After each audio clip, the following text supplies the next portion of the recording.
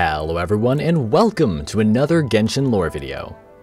Today, I'll be going over the history of Rex Lapis, the former Geo Archon and the oldest of the Seven. I'll be going over the lore presented in the Archaic Petra artifact set, the Liyue weapon series, and so much more. Also, if you like this video, consider subscribing. It helps me out a lot and I'd really appreciate it. Anyways, let's move right on and get into the video.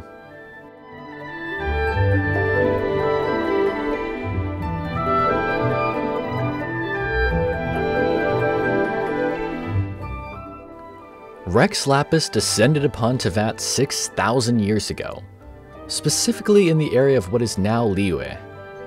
Now, quick note here, the in-game book Stone Tablet Compilations does use the word descended, but that does not necessarily mean that Zhongli is not from Teyvat.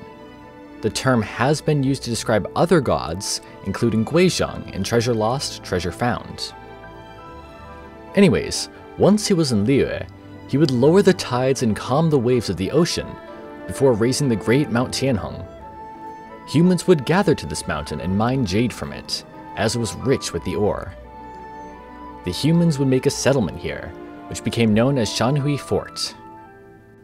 Eventually, Rex Lapis would meet another god, Guizhong, the god of dust. In a field of glaciales, she would give him the memory of dust, and they would go on to form the Guili Assembly together.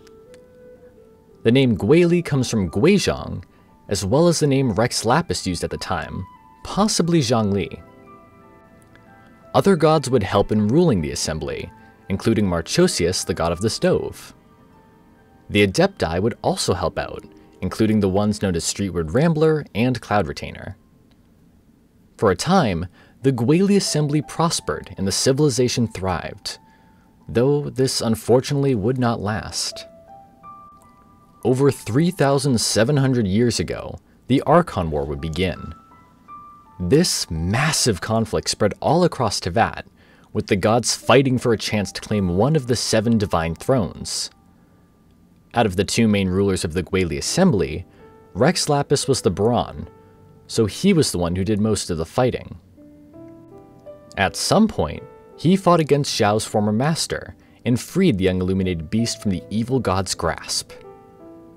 Morax would give him the name Zhao for his protection, and the Adeptus would become extremely loyal to Morax from that point on. When Rex Lapis summoned the Yakshas, Zhao was also one of the main 5.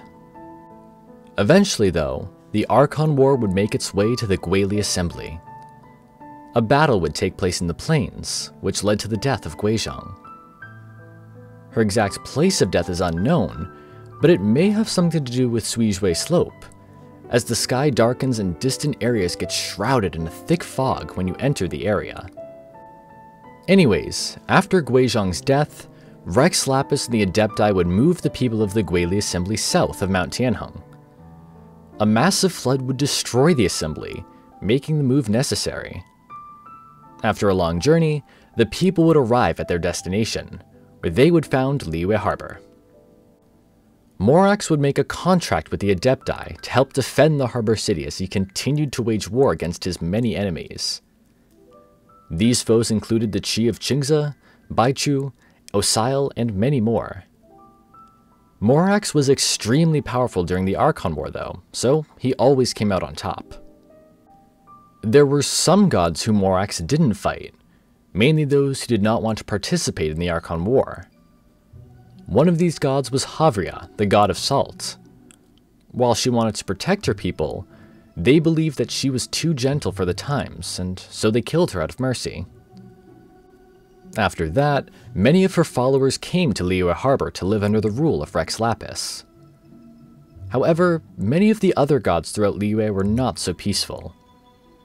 Even after they had been slain, their spirits lingered and their desires for revenge continued to fester.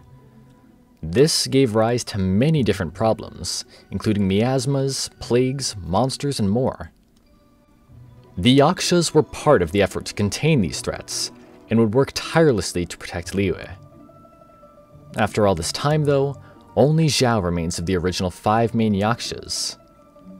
Additionally, the dark forces seem to be getting stronger, so In an effort to subdue them, Marchosius would pour his essence into the ground to cleanse it. This helped a lot, but it also left the stove god weakened by a substantial amount.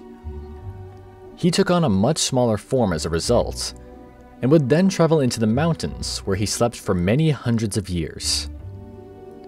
Eventually, he was found by a young Zhongling, who would name him Guoba. After many long years and countless fights, the Archon War would end, and Morax would emerge victorious as the Geo Archon. One day soon after this, he would be visited by the Animal Archon Barbatos. Morax was ready to assist Barbatos in a fight, but the Animal Archon had only come to give him a bottle of wine from Mondstadt. Morax thought this to be strange at first, but Barbatos just kept visiting to explore Liyue, ask questions, and deliver wine. Eventually, this would lead to the first iteration of the Seven gathering in Liyue, telling stories and drinking wine together. During one of these meetings, Morax would meet Beelzebul, the current Electro Archon, back when she was just a Kagamusha for her sister Baal.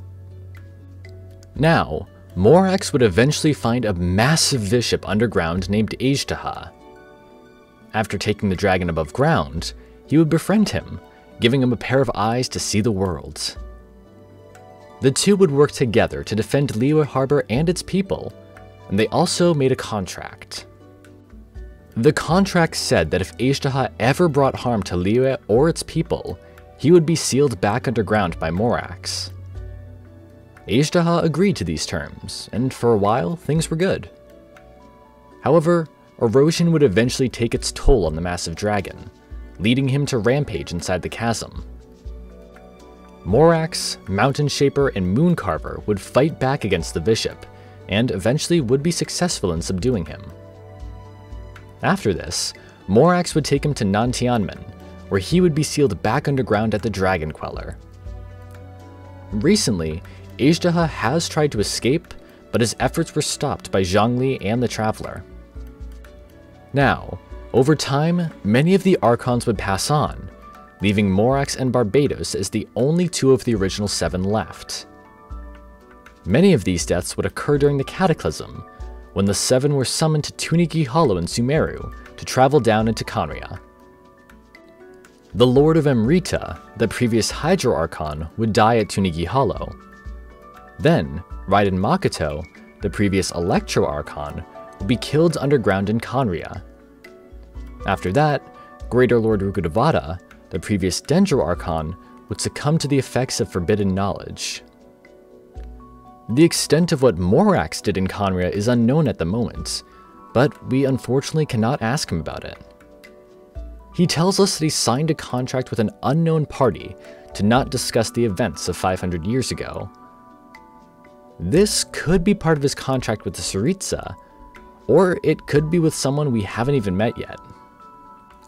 Anyways, we have now arrived at Liyue Harbor in modern times. Every year, Rex Lapis descends from the sky in his Exuvia form to tell the people how to run Liyue for the year. Fittingly, this event is called the Rite of Descension. One year though, when we travel to Liyue, he uses the event to fake his death, with the Exuvia dropping out of the sky. After this, we help Zhongli prepare the rite of parting for Rex Lapis, not yet knowing that they are the same person. Anyways, he helps us in obtaining Glazellies, the Cleansing Bell, and Everlasting Incense for the event. Due to the nature of these items, it could be possible that this rite of parting was meant for Guizhong instead. Zhongli did use an ancient Adepti art to alert both the Liyue Qixing and the Adepti that he was still alive, which made it so the Traveler would not get arrested. However, it could have also been a way for him to say that this rite of parting was not really for him, but for Guizhong instead. Anyways, Zhongli's plan with faking his death was to see if Liyue Harbor was ready to rule itself. After the Traveler fought Tartaglia and the Qixing defeated Osial, he knew that they were ready. So, he willingly gave his Geonosis to Signora and the Fatui, officially stepping down from the role of Geo Archon.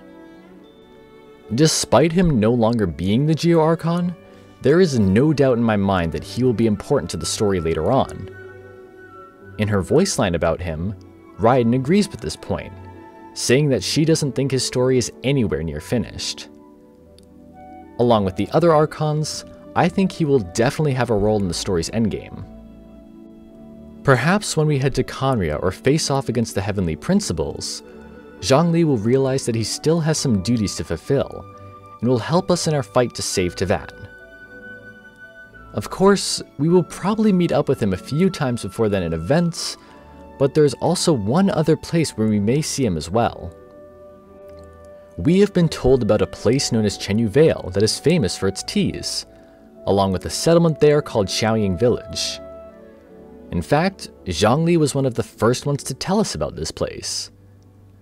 I think it would be pretty cool to run into him here, and while we aren't likely to get major lore drops here, we could be pleasantly surprised.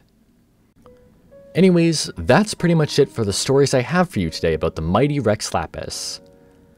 Zhongli is one of my favorite characters in Genshin, and I'm glad I got to talk about him in this video. If you want more information on some of the topics I mentioned, I have made videos on Xiaoying Village, Guizhong, and several wonders of Liyue. I would love to hear what other bits of lore you'd like me to cover in the comments below as well though. Anyways, that's it for this video. Thank you so much for watching. Sources and further readings are also in the description if you want to check them out. I hope you all have an amazing day, and I'll see you all in the next video.